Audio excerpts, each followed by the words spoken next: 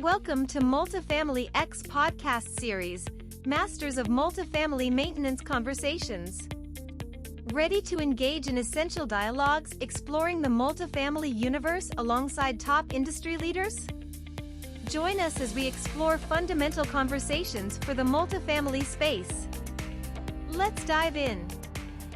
Hello, everybody, and welcome to another episode of Multifamily X Podcast Series, Maintenance Masters.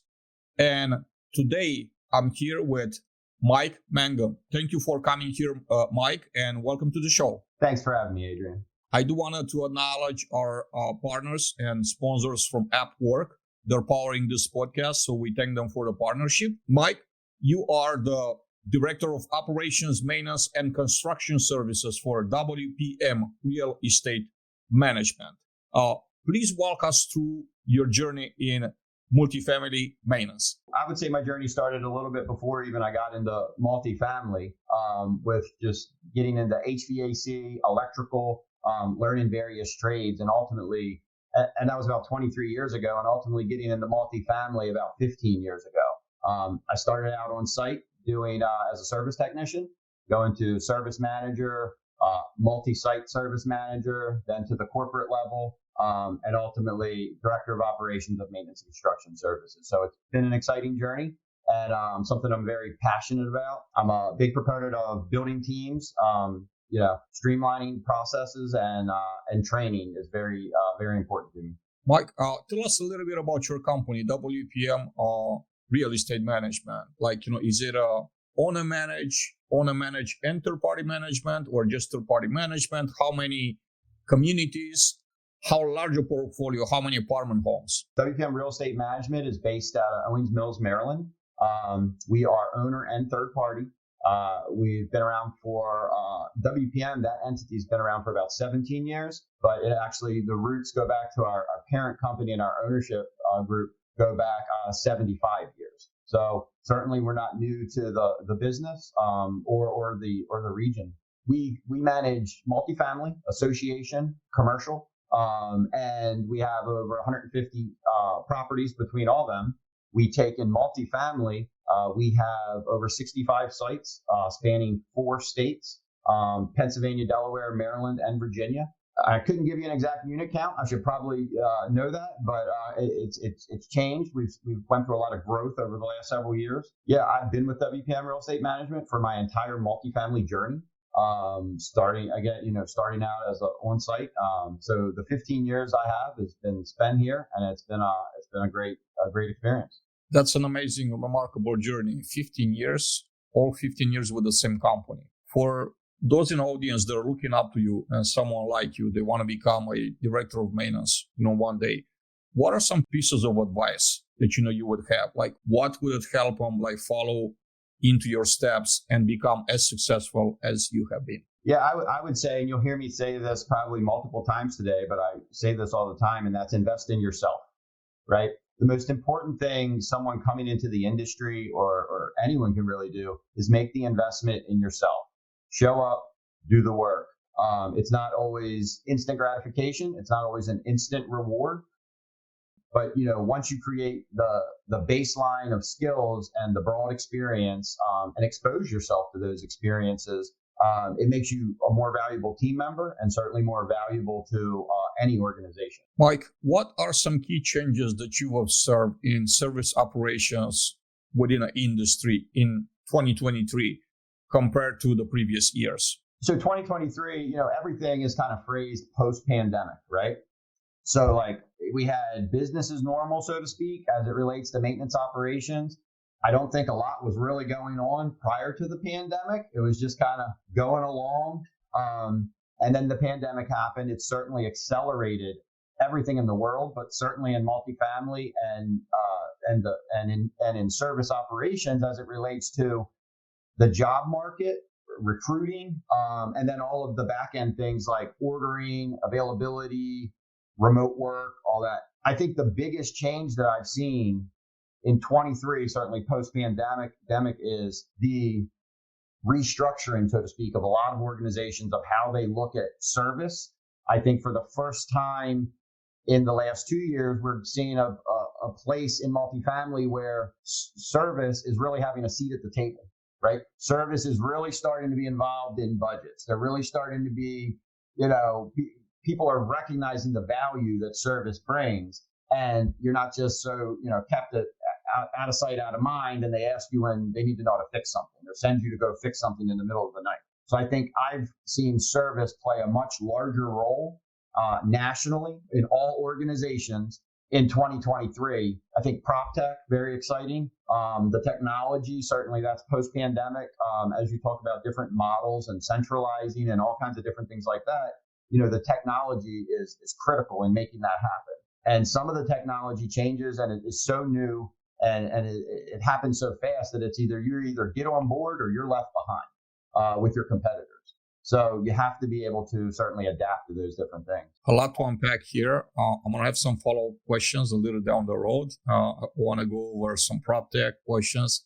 I want to go over some retention, some changes. I want to go over the seats at the table. I do want to ask you next, in your role as a director of operations, what strategies have you implemented lately to adapt to the changing landscape of service, operations, and support?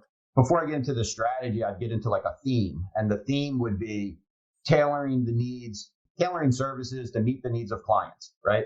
So every client, every owner has a different need, has a different expectation. So really, as far as strategies and maintenance operations, it's making sure you're tailoring the service to meet their expectation, to meet the need on that level, but also meet the needs of your clients, your customers, your residents. I think that standardization is something that we've implemented. It's something that's critical. It's something that it pays dividends across the board. So when you have large portfolio, high unit count, there's so many variables, so many things to keep track of. Being able to standardize things to the extent possible, and it makes decision making easier. It makes the processes easier, and it makes for the end user, it gives them the ability to follow that process, right? So it takes all of the guesswork out of the equation when you do it right. Let's talk about the future a little bit. How do you foresee the future of service operations in our field, in the multifamily, maintenance multifamily? Do you see any emerging trends that you'll find particularly exciting, or that people are not maybe paying so much attention to, but they're about to happen? I think that, so some emerging trends, let's set technology aside for a second, right? And let's just talk about operations. I think that we find ourselves in 2023, 2024 in a very unique scenario that we've multifamily never seen ourselves in before, or service related industry. And that is, we're in a space where we had highly skilled technicians that knew how to fix the boilers, knew how to fit, they knew the trade work, right? They could braze, they could solder, they could do all these tasks. As that generation retired, the next generation was not trained at an equal rate to replace them. Then you throw in the pandemic, which kind of throws a huge wrench in things, and people leave industries to go work in other industries and things like that. So there's a real, the talent pool is small of highly skilled, trained professionals that we're all shooting after to try to run these organizations and run these properties. And that's something different. That's something that wasn't the case 10 years ago necessarily. There are trends that are emerging are, because of that fact, things that have been considered a constant or the normal in multifamily. Doing snow removal in-house, right? 24-hour emergency on call in-house. In my opinion, in the next 5 to 10 years, those things are over. There will be models that move to outsourcing because it will make sense for two reasons. It'll eventually make sense financially, but we'll be forced into it because there's not going to be people to do it. Plain and simple. There will not be people that are going to say, when you say, yeah, we're going to hire you, but by the way, you're going to be on call 24 hours a day. We need you to respond on Saturday. They're going to say, no, thank you. We need you to come out in the middle of the night and fix a busted pipe. They're going to say, no, thank you, but we'll pay you overtime. That's all right. I'd rather be with my family. I think I bring that up to say, I think we're certainly headed in that direction, but the pandemic accelerated the thought process, right? Where the entire world realized how valuable their time is. And prior to that, I know, when I started in the industry, it was like, I would sell you all my time, right? You want me to work a double? You want me to work the weekend? Sure. I'll work overnight and come in the next morning at 7:00. No problem. Just pay me. That is a paradigm shift and a fundamental change in this whole thing in the world that has an impact on what we do. And that is, you can't buy people's time. They come in at 3 a.m. for a few hours on call. They don't want to report to work the next day, right? Like they want to get their 8 hours sleep. So a lot of people would say, well, these people are lazy, right? These people are lazy. They don't want to, and I think what I would say is they value their time. And so from an owner's perspective, it's a drastic thing to be able to take and say, we're going to be buying everyone's time constantly to do snow removal at a reduced rate, to do these things. And now it's in a space where you can no longer buy the time. It doesn't matter what dollar amount you associate to it. It's not for sale. That has huge implications on service operations, how we operate, how we recruit, how we take and assess talent, like everything. It literally has a ripple effect across the board that everyone feels. So I think that is one of the biggest emerging trends that we're slowly going towards. And for the outsourcing piece, it's simply, again, there's not a talent pool there or a feeder system. And in my opinion, it won't be there for another 5 years. It'll be 5 years before trade schools are able to ramp up and start pushing out. And I'm not talking about Lincoln Tech or some of these vocational, regional schools necessarily. I'm talking about on-the-job training. You show up, you've done it, you have the experience, you know how to fix HVAC in a multifamily setting or a facility setting, you know how to do electrical work, you know the work. So I think there's a disconnect there and there's a gap, and it'll be 5 years, maybe more, before we start to see an influx of another generation coming in that can fill that void.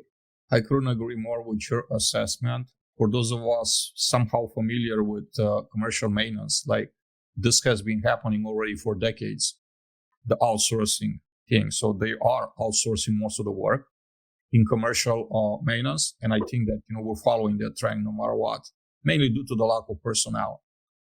There's another, I'll say maybe trend.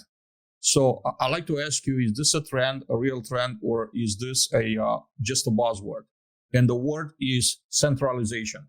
So I like for you to wait on this. Centralization in maintenance. Is centralization in maintenance just a buzzword?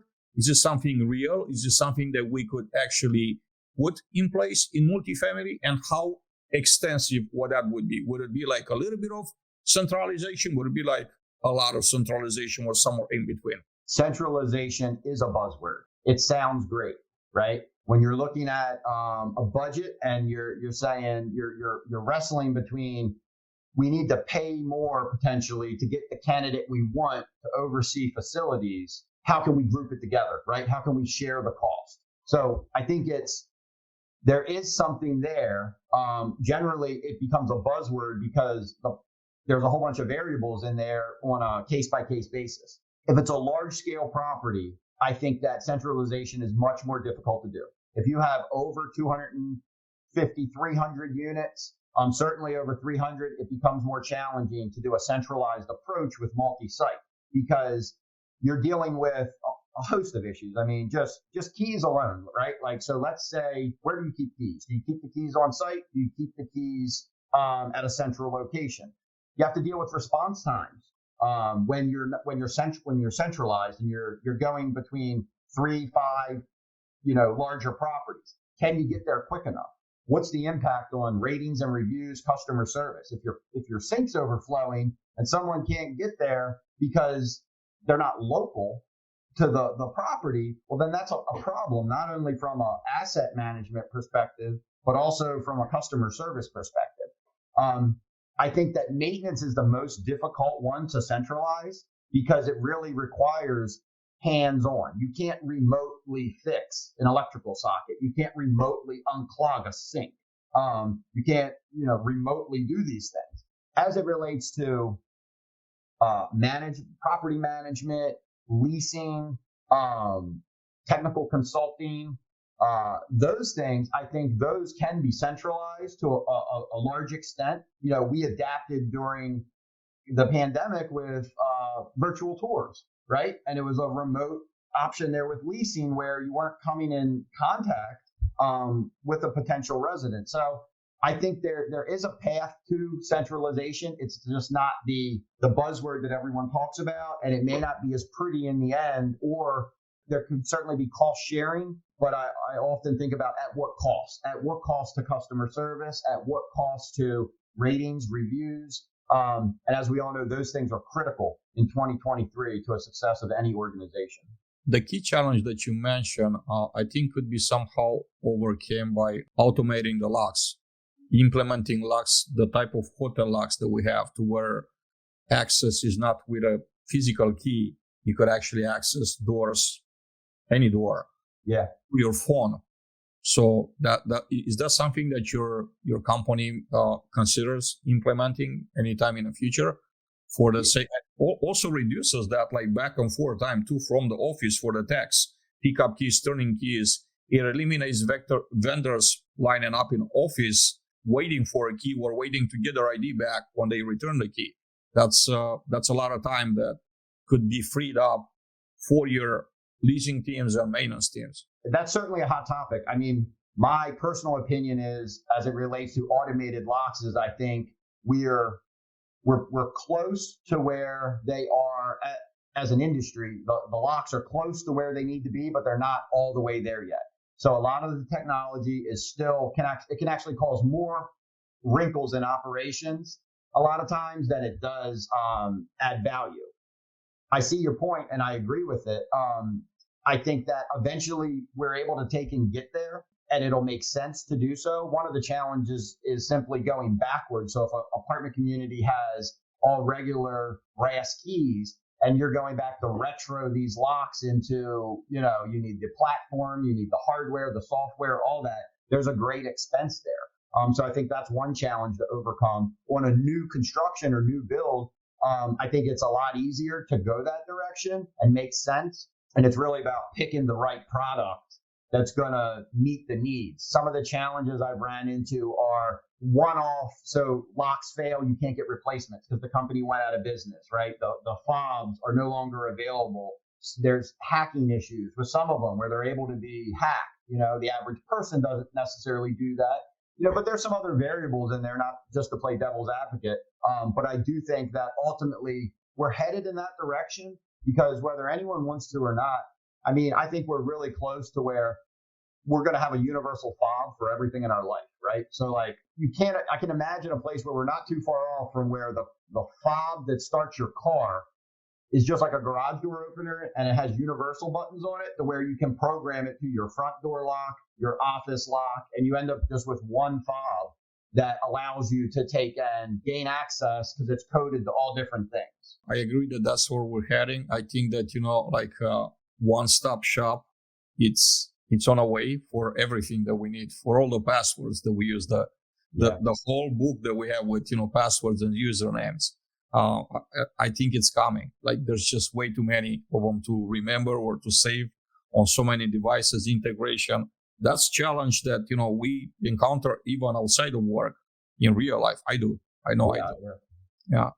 So I like to go back to the tech PropTech question a little bit later, but for right now, Mike, I would like for you to start elaborating on the challenges and opportunities encountered when we talk about training, hiring, and retaining maintenance professionals. So I like to take it one at a time and just I'd like for you to talk about training, like, what challenges do we have with training maintenance personnel, and how do you see like the training in 2023, 2024 happening? What's the future for maintenance training? As it relates to training, I think the primary challenge is entry-level service and maintenance positions do not have the underlying fundamentals, the baseline skills of the trades. And we don't get much crossover from other trades into maintenance. What we do, we get the exit from multifamily service into various other trades. And that's a whole separate conversation. So they're not coming in with a baseline of plumbing necessarily, or electrical or HVAC. Training has proven to be challenging. You have to have virtual capability. And it really, a hybrid model is what we've worked on at WPM Real Estate Management to take and do both.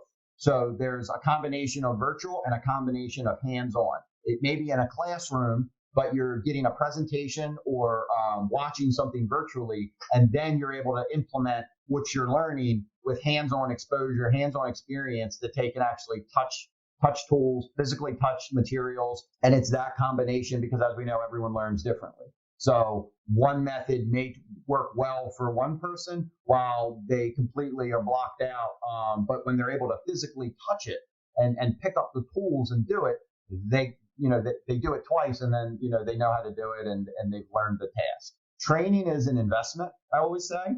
It doesn't pay dividends today. It pays dividends in the future. And we find ourselves, and I found myself in this trap over the years, but we find ourselves in the trap of, we're busy. We got all these things going on, all these fires to put out, and I'm just going to do it myself. I don't have time to train the next person. But we just fall into the revolving circle of that person never learns the skills then to relieve the burden that we're already stuck in. Again, training is an investment. You take the time today, it's going to put you behind on things. You're not going to get things done, but that investment in training will pay dividends when you can set that person free and they can do the work themselves in the future, which ultimately will free the next person up, their supervisor, their manager, to be able to do additional tasks. Let's go to the next one, hiring. We all know what the challenges are, right? We're short-staffed, very hard to find qualified personnel. What are some thoughts on hiring, or how can we do better as an industry? What are the challenges, and what causes those challenges that we have with hiring, and what are the opportunities? What can we do better as an industry to better hire? Well, I would say as an industry, our primary problem is that talent pool that we're all fighting over a small group of people, and generally the people at the top of that list are going to the highest paid offers. Because in some cases, organizations are just throwing money at the problem and saying, we'll pay you something that 5 years ago would have been considered ridiculous, but we're going to pay you because we realize that you're the unicorn, right? We hear the phrase of the unicorn constantly, that everyone's after. So I think the challenge comes from that talent pool. Ultimately, multifamily as an industry nationwide runs into the issue that they're competing now with other trades. They're competing with commercial management and facility management. It's tough to compete salary-wise in a lot of cases. And then you have that on-call snow removal, heavy workload piece that also, I think, steers people away in a lot of ways. When they're, looking at the two and they're saying, well, I'm going to be on call once every 3 weeks or 4 weeks. And when I'm on call, I'm going to get a lot of calls versus I'm going to be on call and just call a contractor and they're going to come out and deal with it. I'm going to take the phone call. So I think there's certainly a challenge there. I think that the things we need to do better as an industry is simply promote service and multifamily service. I think that we haven't done a great job as an industry doing that. And part of it is that path, right? We need to, forever it's been looked at, a maintenance technician or a maintenance professional has had a stereotype attached to them. But they really didn't know how to do much. Maybe they know how to do this or that. And that's far from the case. Certainly in 2023, we have highly skilled, highly technical, professional individuals working in maintenance and service. And we're starting to see those people at the table more and more as we discussed. But I think selling the message as an industry that there's a path from start to finish, that you can start as a technician and there's a path to be promoted up within organizations to get to a higher level, to get to a corporate level, whether it's director, whether it's vice president, whether it's president, whether it's, every company has different titles, but you know what I mean? But there's a path forward. If you invest in yourself and continue to grow and develop yourself, there's a path forward to get. I think that is something that's really important. So people look at it as a career and not a job, right? That would help attract and retain people. And I think that we're starting to come to a reckoning of the pay, right? So I think service in general was underpaid for many years, and they were able to do that because there was such a large pool of talent. There was so many people, it was like, well, if you're not going to do it, we'll just get the next person to do it. And now it's flipped and it's scarcity. So you don't have people that can backfill those positions. So when someone says they're going to leave, the first thing any good operator is going to say is, why are you leaving? And if it's money, it's going to say, what can we do to take and prevent you from leaving? If you're good at your job and you're an asset to the property, what can we do to work this out to keep you here? Advertising the benefits in something as well is something that isn't always done well, whether it's housing discounts, allowances on certain things. Some organizations do it really well. Others still evolving, not so good. So that was a long answer to the hiring and recruiting. And in short, it's definitely it's still challenging and it'll be challenging. And now a word from Sean Landsberg, co-founder, AppWork. Most PropTech companies are built this way. We're hiring people that could write code. We're hiring people that are selling the product, but the end user is nowhere in this picture. How's AppWork different than the scenario I just described? Well, we're fundamentally different because we are the end users ourselves. We, meaning myself. I am an end user of the product. I use the product myself on a daily basis. But something that we're a little bit different than I always like to look at us as, we're almost like a community of people, us, AppWork, and all of our clients, where we leverage everybody's feedback, collective feedback, to help make AppWork the incredible product that it already is, and to help continue improving it. So we're constantly innovating, and we're all of our innovation, all of our pipeline really comes from the feedback and the ideas that our clients are giving us. There's a couple of things that I wanted to, a couple of follow-up questions. My first follow-up question on this is that you mentioned a shrinking pool of candidates. Okay. So if we have a shrinking pool of candidates, we do. That's a fact. It's a matter of fact. It's not up for debate. How do we increase that pool of candidates? What do we do? Are apprenticeships, something that, are a good alternative? What are your thoughts on that? And are there any, initiatives or plans in the future with your company to do that? In-house training. So let me first start by saying there is this gap. I think as an industry, we failed to recognize the gap in time, and now we're playing catch up. Okay. And that's across the board as an industry. It got here too quickly. We weren't prepared for it. And now here we are trying to figure out how to resolve it. As far as the apprenticeships, I think in-house training is where it's at, right? There is no outside organization or apartment management organization, local chapter, anyone's really going to be able to come in and save the day at this point and be able to fill the vacuum of what's needed. In Maryland, our local chapter, MMHA, is doing that with apprenticeships, and they've done a great job doing it. But that's one apprenticeship program that's feeding an entire state. And again, they're doing a great job out there. But it's really something we're going to have to take on individually as organizations, build the bench, and train our own teams. I think hiring for culture and attitude is critical because we can train for talent. Right? If you possess the first two, we can train for talent. However, if you don't have the first two, you'll never be able to get to the part where you train for talent. WPM Real Estate Management has a program called the SMART program. It's service mentoring and response training. And it's a year-long program that we put service technicians through to prepare them for a leadership role. There's some technical training in there, but it's really a lot about preparing you to go to the next level, to be a supervisor, to be in charge of a property, to see the various ways different managers operate from site to site.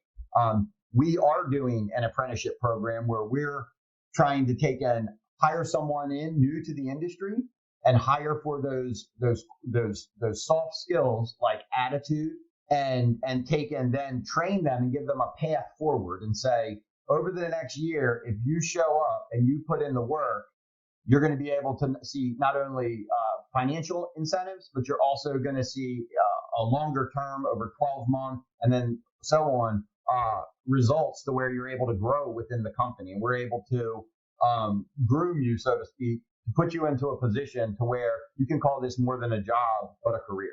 I'd like for you to elaborate a little more on the leadership program for maintenance, because one of the things that I'm noticing that I think everybody acknowledges is that at national level, our apartment industry, we do not have a certification for service managers. Typically, the person that's like the last man standing at a property as a technician gets the keys handed to him, and they get a pat on the back. Congratulations, you're just a service manager now. And they get put in charge with $100 million worth of real estate to figure it out. That is not a way. That's insane that we do that as an industry. So do you have more details that you could share with the audience here about your leadership program? Because this is very, very interesting to me.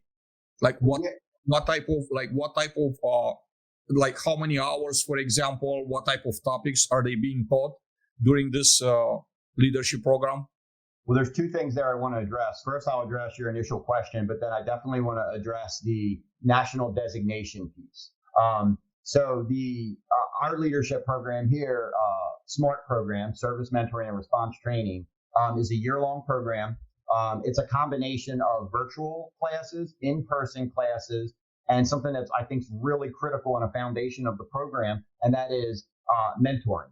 So they spend time with mentors across the organization, senior mentors that are on site. So these are service managers that have the experience, that have been in the roles for a number of years, and they see everything from a mid-rise to a high-rise to a garden style to townhome community. And they see all aspects of multifamily, types of systems, from PVC to copper domestic systems, heat pumps to gas furnaces, you name it. So they see the broad array of everything. And they, more importantly, in my opinion, they see the broad stroke of management styles of how one manager operates at this community with a team of 7, and the other one at this community may only have 2 on his team, and that's how they operate. So I think that perspective is really important to be able to understand. If you've worked in a mid-rise, a Class A mid-rise for 3 years, you have no idea what's on the other side of the fence, so to speak. And there's a vast world out there of multifamily, of types of communities, of building structures, of systems, like all of it. So I think that's a core point of the program. And so it's a year-long program. They get their CFC testing through that program. And then that sets them up to be able to continue in HVAC training and also take and ultimately get the on-the-job, in-the-field experience, gauges on units to be able to work on the equipment. And we do proctor at WPM Real Estate Management. We do our own. We have a proctor internally, so we give our own CFC certification, which proves to be a big part of training, but also convenient. To be able to have that capability when we need someone that needs the certification, and also to push it out organizationally. The other thing you said just about the national designation. So I've had some conversations as recently as in the last 30 days with our local chapter about that. And I think it's something that should have happened yesterday. I think that we have a KMT certification, Certified Apartment Maintenance Technician. I think we need a Certified Apartment Maintenance Supervisor designation. It could be as simple as a CAMT with an S on the end for KMT Supervisor. But I think that's something that should have already been piloted. I think it should have happened yesterday. I think we're behind on it as an industry and an organization. And that's one way to do a lot of the things we're talking about. And that is showing there's a career path, right?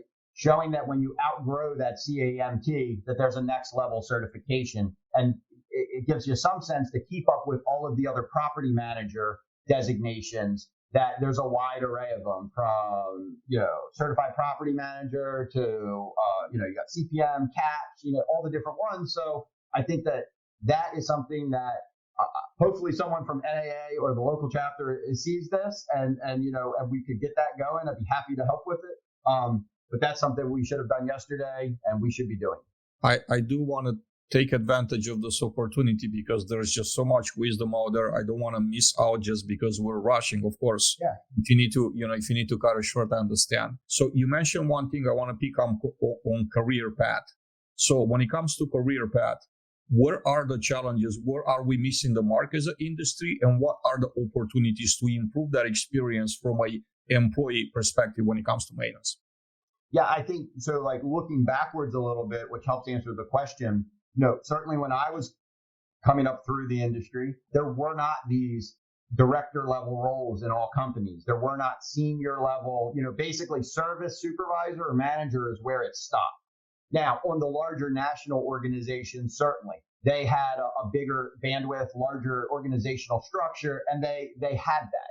But now it's commonplace to have every organization needs a director level service position and then VP, president, and so on in various aspects. I think that completes the career path, right? So whereas it at one time could have been looked as a dead end path, that there is no more future room for growth, which then led people to leave the industry and go somewhere else where there was more opportunity, or never to go down the journey at all because they could see that it ended.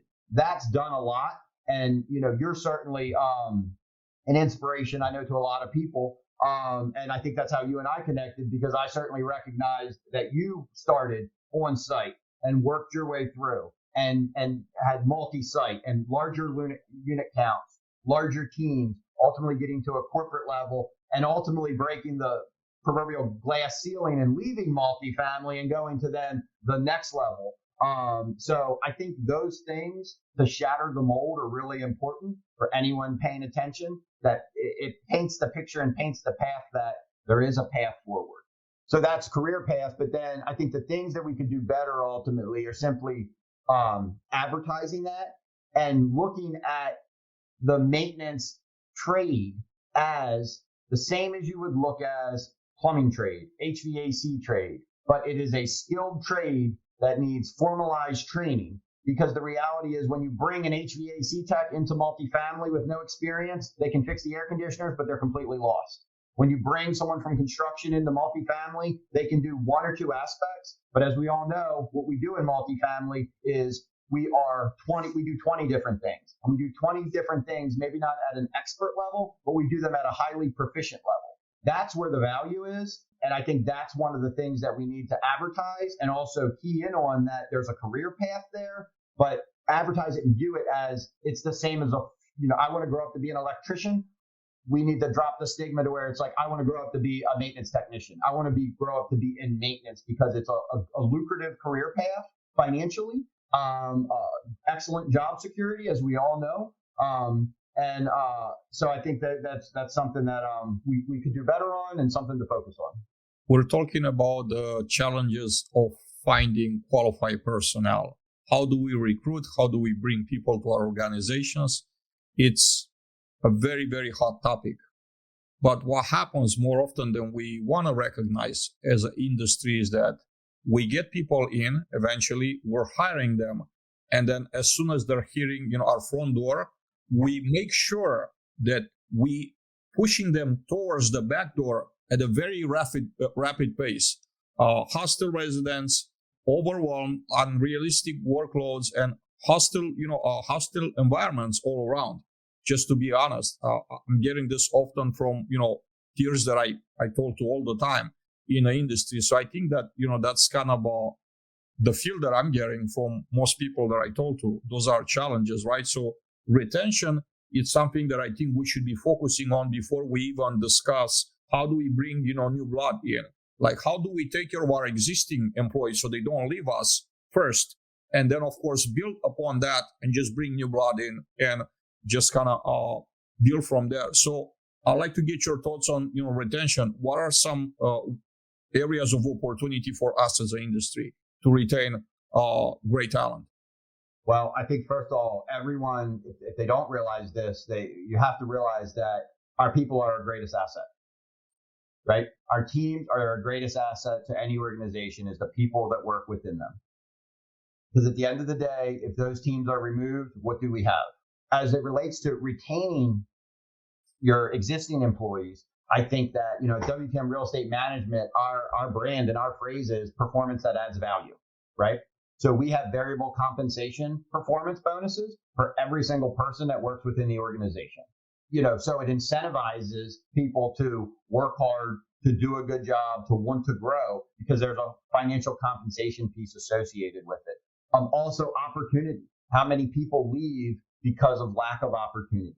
So I think, again, that career path and having a pipeline to where, if someone is either struggling or not doing well in one role, but for other than that, they're a great employee, maybe they need to be swapped out and put in a different role. to where they could potentially be successful, right? Ultimately, at the end of the day, I think the biggest thing is that we're taking and trying to retain the talent that we have, top talent, but then recruiting, some do it better than others. I mean, I know you're on LinkedIn, you travel LinkedIn often. You see that there are some organizations that really do a phenomenal job at their branding and their recruitment.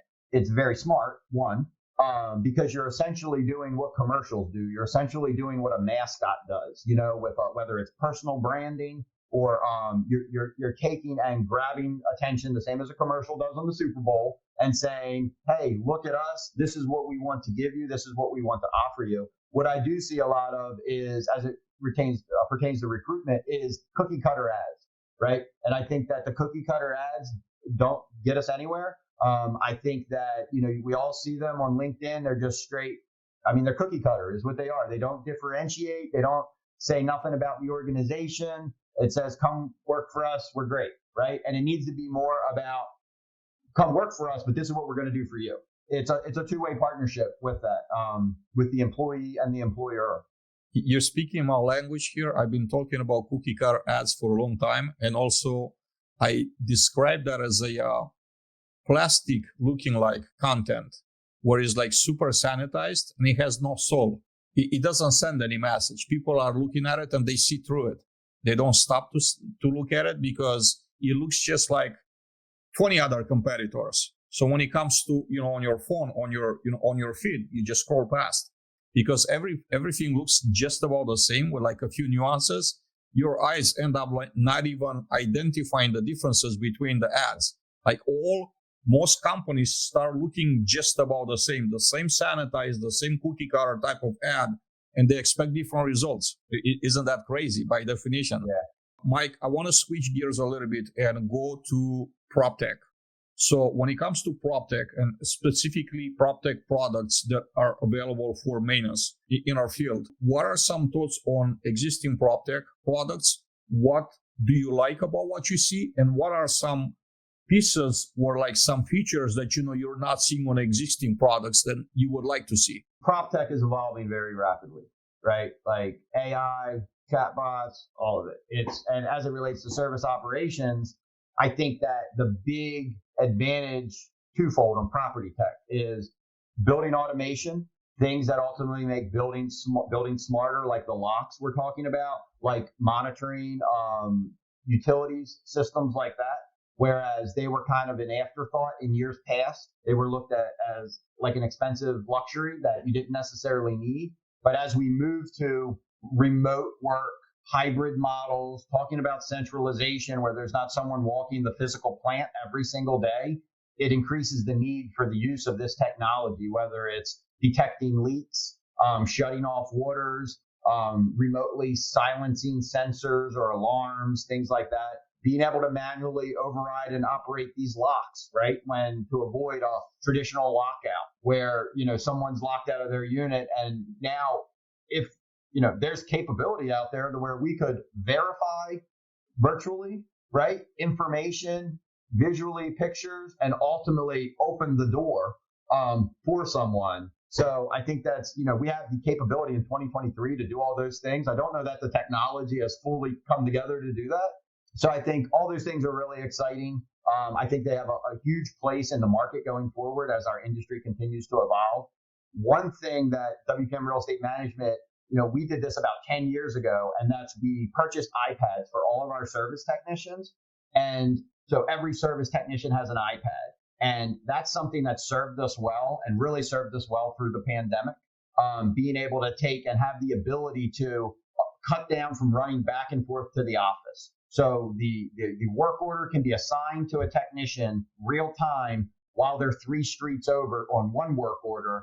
Their iPad dings, they're able to look, they're able to update notes. And before making an unnecessary trip to the maintenance shop or to the office, they're able to say, oh, I have a flood going on and I need to respond there next. So I think that certainly serves well with kind of cutting down traffic in the office. And being more timely and being able to see the full picture, right? And opposed to the days of you have just a stack full of work orders. Here's the work orders. You go back at lunch, You've been working all day on these work orders. You go back to lunch only to find out there's 15 more and they're all, no heats, no air conditioning, floods, these big things. And if you would have known about them, you would have reprioritized your day to be focused on the big ticket items instead of fixing the towel holder. So I think that capability is really valuable, and allows an organization greater flexibility to be able to operate. I want to stay a little bit with technology, but be specific about my next question. KPIs.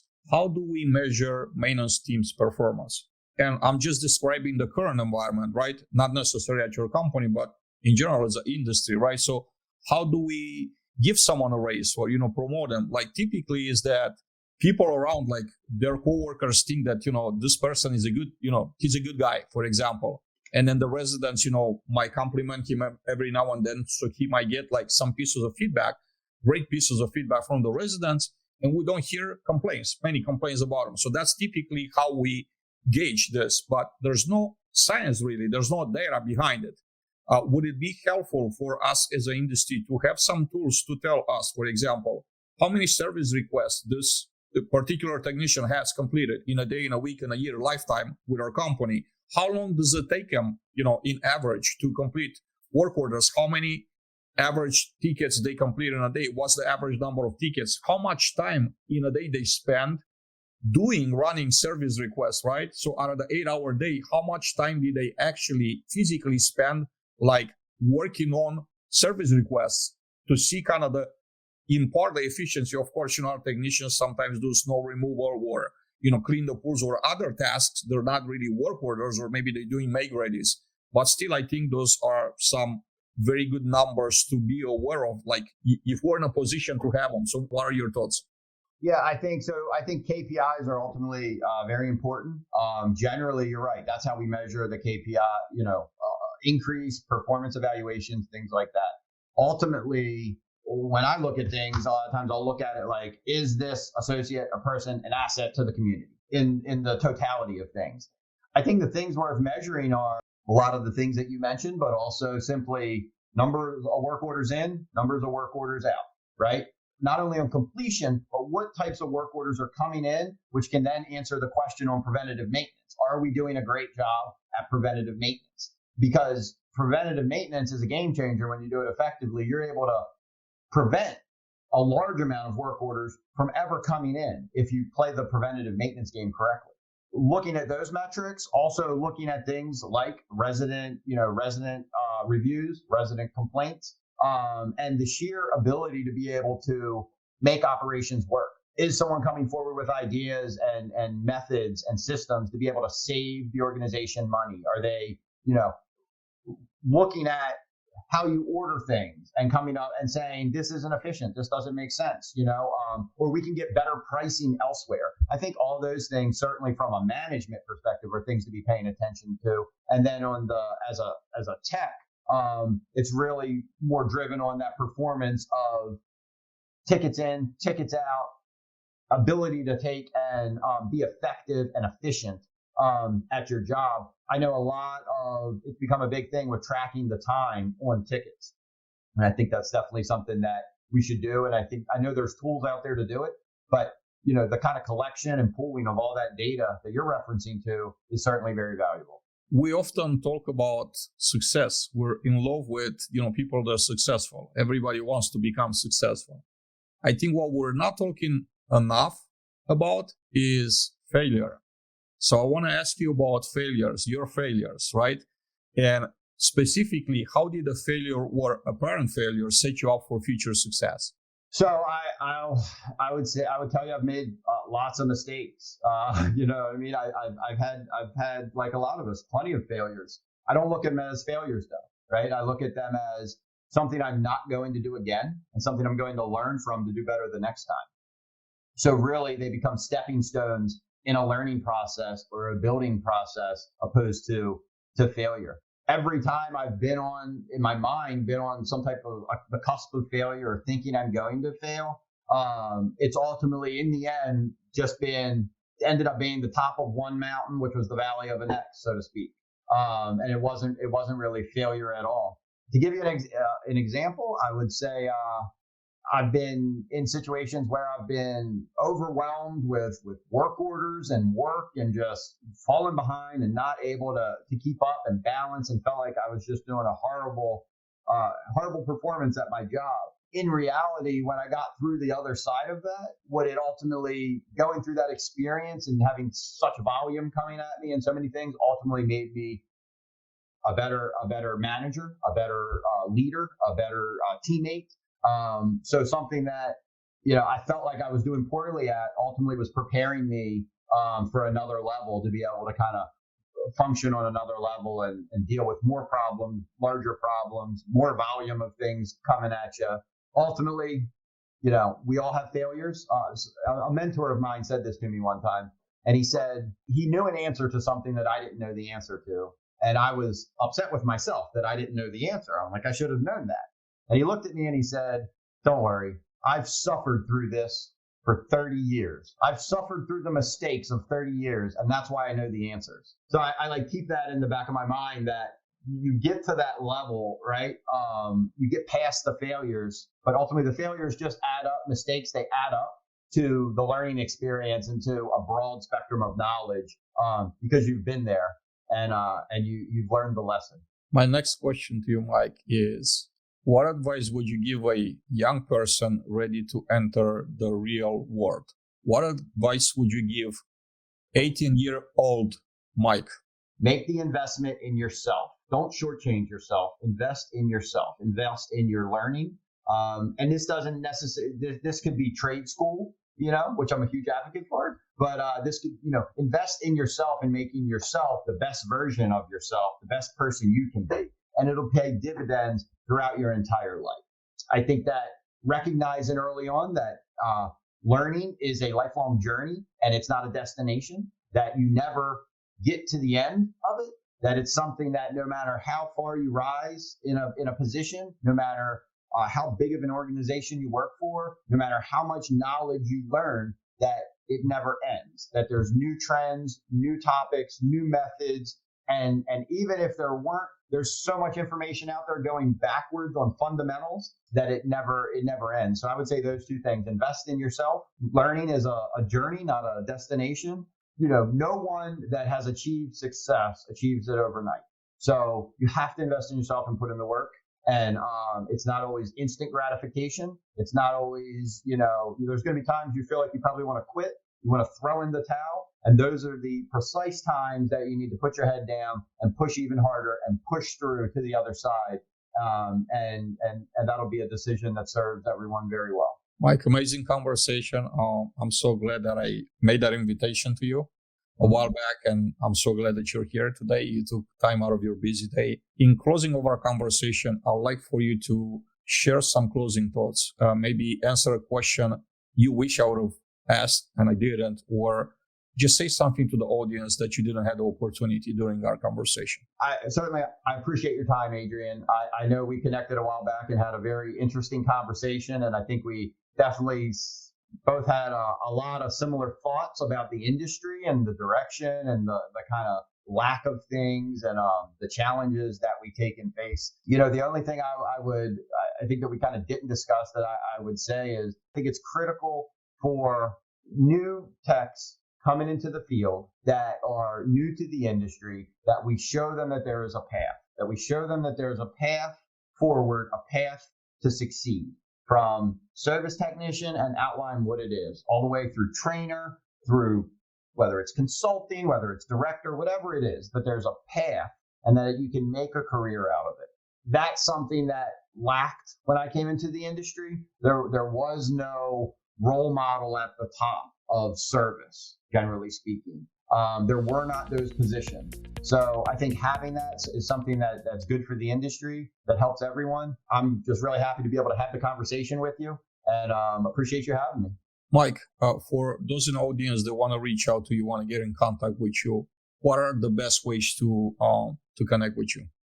Sure. So I travel LinkedIn pretty frequently. You can catch me on LinkedIn is probably the best way to shoot me a message or get in touch with me. And always happy to have the discussion of maintenance operations, where we're at, where we're going, and how we can make it better for the entire industry. Mike, thanks again for being here with us today. Everybody, thank you very much for taking the time to watch us today. This is Multifamily X Podcast Series, powered by our friends at AppWork. We thank you very much for being with us today, and we hope to see you back here soon. Have a great day. Thanks, Adrian. Have a great one.